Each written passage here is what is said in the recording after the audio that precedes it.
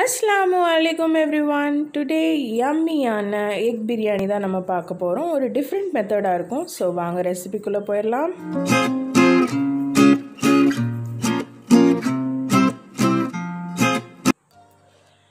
ஒரு pan வச்சுக்கோங்க.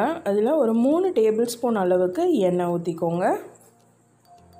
அதே அளவு 3 டேபிள்ஸ்பூன் அளவுக்கு நெய் சேர்த்துக்கலாம்.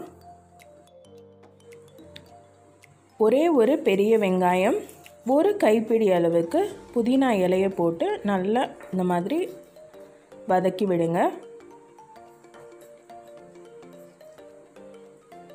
வெங்காயம் இந்த அளவு வதங்கினதுக்கு அப்புறம் இதில் 2 தக்காளி, அதாவது சின்ன தக்காளியை ஆட் பண்ணிக்கோங்க. இப்போது இந்த பிரியாணிக்கு தேவையான அளவு நம்ம மசாலா ஒன்று ரெடி பண்ண போகிறோம். அது என்னென்னு பார்த்தீங்கன்னா, இஞ்சி 1 இன்ச் அளவுக்கு எடுத்துக்கோங்க, பூண்டு ஒரு 5 பல் எடுத்துக்கோங்க, சின்ன வெங்காயம் 5, சோம்பு ஒரு அரை ஸ்பூன், பட்டை கிராம்பு ஏலக்காய் ஒரு 2 சேர்த்துக்கோங்க.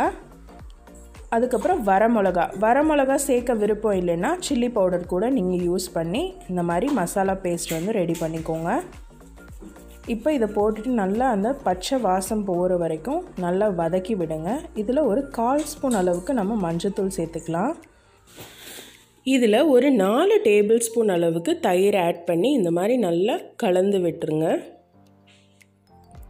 அந்த மசாலாவும் அந்த தயிரும் ஒன்றாகணும், அது வரைக்கும் நல்லா கலந்து விட்டுட்டு இதுக்கு தேவையான அளவு மல்லி இலை நம்ம சேர்த்துக்கலாம்.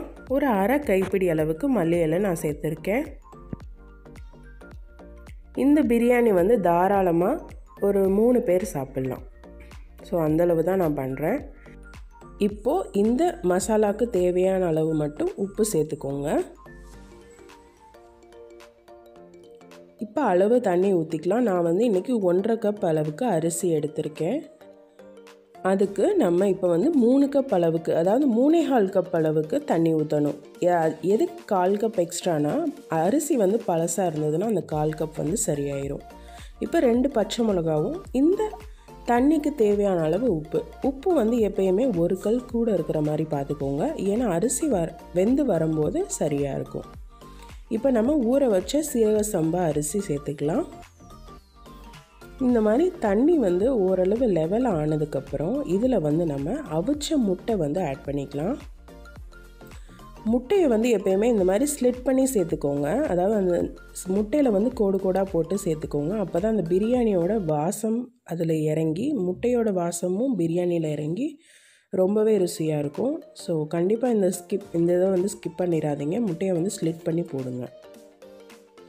இப்போ தம் போட்டுடலாம். நம்ம ஒரு பிளேட்டில் மூடி வச்சு இந்த மாதிரி வெயிட்டான பொருள் போட்டு ஒரு 15லேருந்து 20 நிமிஷம் சிம் ஃப்ளேமில் குக் பண்ணுங்கள்.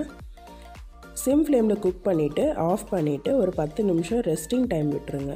அதுக்கப்புறம் எடுத்து பார்த்திங்கன்னா நம்மளோட முட்டை பிரியாணி சூப்பராக உதிரியாக வந்திருக்கும். ரொம்பவே ருசியாக இருக்கும். ஸோ கண்டிப்பாக ட்ரை பண்ணி பாருங்கள். அண்ட் மறக்காமல் உங்கள் ஃபீட்பேக் சொல்லுங்கள். நீங்கள் இதே மெத்தடில் வெஜிடபிள் பிரியாணியும் பண்ணலாம், அண்ட் சிக்கன் பிரியாணியும் ட்ரை பண்ணி பார்க்கலாம். ஸோ இந்த வீடியோ உங்களுக்கு ரொம்ப பிடிச்சிருக்குன்னு நம்புகிறேன். பிடிச்சிருந்துச்சுன்னா உங்கள் ஃப்ரெண்ட்ஸ் அண்ட் ஃபேமிலிக்கு ஷேர் பண்ணுங்கள்.